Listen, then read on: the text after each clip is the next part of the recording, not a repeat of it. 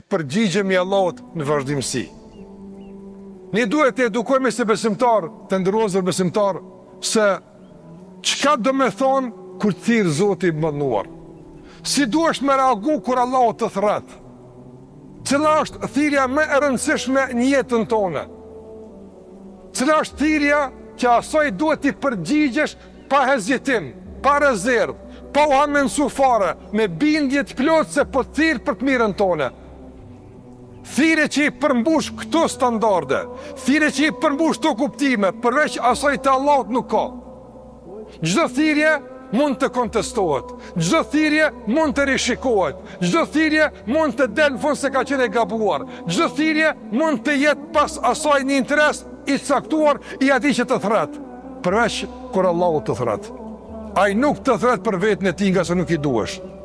Asnjëherë nuk ndodh Allahu ti përgjigjesh e pastaj të del se ka qenë gabim ti përgjigjesh.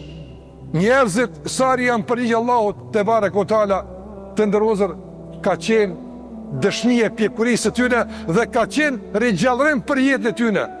Nga sa Allahu tha, istajibu lillahi wa lirrasuli idha da'akum lima yuhyikum.